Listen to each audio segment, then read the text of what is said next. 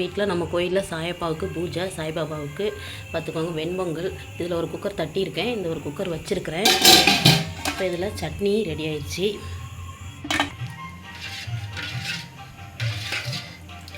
இதில் சூப்பரான பால் பாயாசம் நெய்யெல்லாம் போட்டு அப்பாவுக்கு சூப்பரான ஜவ்வரிசி சேமியா எல்லாம் போட்ட சூப்பரான ஜவ்வரிசி சேமியா போட்டால் பால் பாயாசம் ரெடி ஆயிடுச்சு பாருங்கள். இப்போ இன்றைக்கி வியாழக்கிழமை, இது ஒரு 40 பேருக்கு மேலே நம்ம கோயிலுக்கு வருவாங்க. நம்ம வீட்டிலே கோயில் வச்சுருக்குறோம். அப்பாவோட கோயில், சாயப்பாவோட கோயில். யார் யாருக்கெல்லாம் சாய்பாபா பிடிக்கும்னு சொல்லி இன்றைக்கி எல்லாேருக்கும் பிரார்த்திக்கிறோம். இப்போ இந்த பக்கம் சாம்பார், கத்திரிக்காய், அவரைக்காய், முருங்கைக்காய் போட்டால் சாம்பார் ரெடி ஆயிடுச்சு.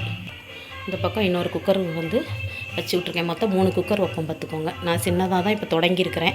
இப்போ தான் எனக்கு தொடங்கியிருக்கேன். அப்பா கொஞ்சம் கொஞ்சமாக தான் இப்போ மென்மேலும் கொடுக்குறாரு. பால் பாயாசம் ரெடி. இன்றைக்கி வெண்பொங்கல், சட்னி, சாம்பார், பால் பாயாசம் ரெடி ஆயிடுச்சு. குக்கர் 2வது குக்கர் போட்டாச்சு. இப்போ இதில் பாருங்கள், இப்போ நல்லா சூப்பரான வெண்பொங்கல் ரெடி ஆயிடுச்சு. இப்போ இதையே எடுத்து போட்டுக்கிறலாம்.